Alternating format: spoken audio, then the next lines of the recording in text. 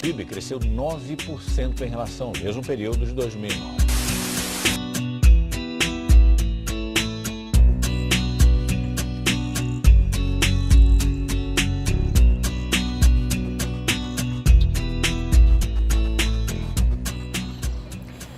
Crescimento do PIB, aceleração da economia, taxa de desemprego baixa.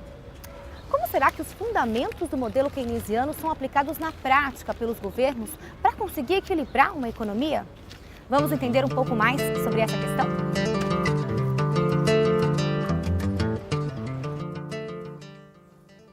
Bom, então, para entendermos um pouco mais sobre a macroeconomia e também sobre o noticiário econômico, nós vamos conversar agora com o professor Antônio Carlos Macedo e Silva. Professor, queria que o senhor falasse, para a gente começar a nossa entrevista, sobre a oferta agregada e a demanda agregada, por favor. A coisa mais importante a dizer, em primeiro lugar, é que os economistas não se entendem. Há mais de uma visão. Há a visão ortodoxa e há a visão heterodoxa. Para os economistas ortodoxos, os mercados são eficientes. São muito eficientes. São eficientes a ponto de garantir que, havendo algum recurso produtivo, ele vai se combinar a outro recurso produtivo para gerar mais riqueza. Se há trabalho, esse trabalho vai encontrar capital. Se há capital, esse capital vai encontrar trabalho. Juntos vão produzir mais riqueza. Do ponto de vista heterodoxo, os mercados são importantes, mas não são tão eficientes assim. Pode haver tanto capital quanto trabalho subempregados, ociosos. Por que eles não se combinam para produzir mais riqueza? Porque falta demanda, porque há o entendimento de que se eles se combinarem vão produzir mercadorias que ninguém vai comprar. Então, veja, isso leva a visões diferentes, a recomendações distintas no que se refere à política econômica. Do ponto de vista da ortodoxia, o que é necessário para você gerar mais riqueza é criar mais recursos. Mais capital, mais trabalho. Do ponto de vista da heterodoxia, o que é necessário é você criar mais demanda para propiciar justamente essa junção entre capital e trabalho, que vão então produzir mais riqueza. Quando capital e trabalho se juntam, do ponto de vista heterodoxo, que é o ponto de vista keynesiano também, isto vai ensejar a realização de mais investimento e o aumento da produtividade, que equivalem à geração de mais recursos para a produção de mais riqueza no futuro. Muito bem, professor. Agora explica pra gente do que depende o nível do consumo agregado, hein? O que é o consumo agregado? É o consumo das famílias. Do que depende o consumo das famílias? Depende fundamentalmente da renda, principalmente para as famílias mais pobres. No caso das famílias mais ricas, elas recebem salários elevados, recebem juros, recebem dividendos.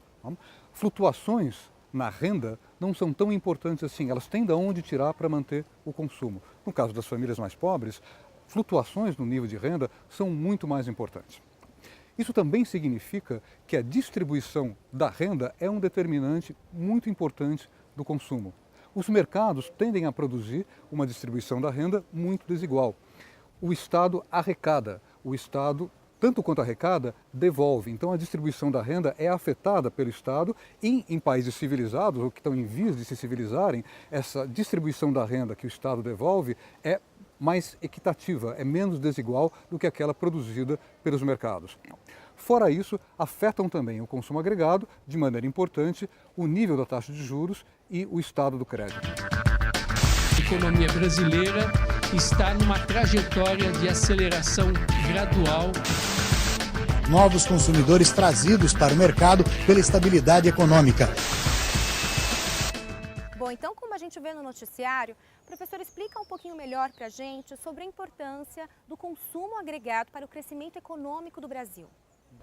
Do ponto de vista ortodoxo, há em geral uma certa antipatia em relação ao consumo. Porque a ideia é a seguinte: se os recursos estão plenamente utilizados, quanto mais você consumir, menos você vai investir. Menos capacidade produtiva você vai criar.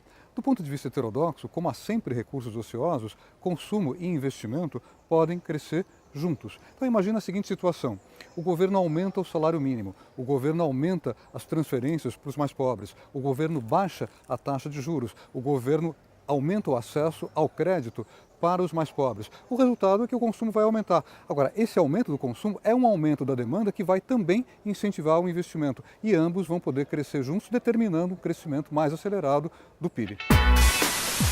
O governo brasileiro anunciou hoje um pacote de medidas para estimular o crescimento da economia. Essas medidas vão incentivar o consumo e aquecer a economia. Muito bem, então. Professor, para a gente encerrar a nossa entrevista, queria que o senhor desse um exemplo de uma política fiscal anticíclica implementada pelo governo nos últimos anos com o intuito de estimular a atividade econômica. Eu vou dar vários exemplos, começando com 3, que dizem respeito ao período após 2006. O aumento do investimento público, o aumento das transferências sociais, das transferências de renda para os mais pobres e o aumento dos gastos em saúde e educação. Todos esses fatores contribuíram para o aumento do consumo e do investimento privados durante alguns anos. No contexto da crise econômica, da violenta crise econômica que afetou as economias desenvolvidas e em desenvolvimento a partir de 2007, eu mencionaria a sustentação do gasto público num momento em que a arrecadação, por conta da retração da economia, caía muito. É um exemplo de uma situação em que o governo faz déficit para sustentar o crescimento da economia, ou pelo menos para impedir que ela se contraia de forma violenta. E eu mencionaria também a renúncia fiscal, as desonerações fiscais que foram decididas tanto no bojo da crise quanto na tentativa de reanimar a economia em 2012. Ok, professor Antônio Carlos, então muito obrigada pela entrevista. Bom, eu espero que todos tenham entendido um pouco mais sobre macroeconomia e sobre o noticiário econômico. O papelão para a embalagem é um dos termômetros da economia.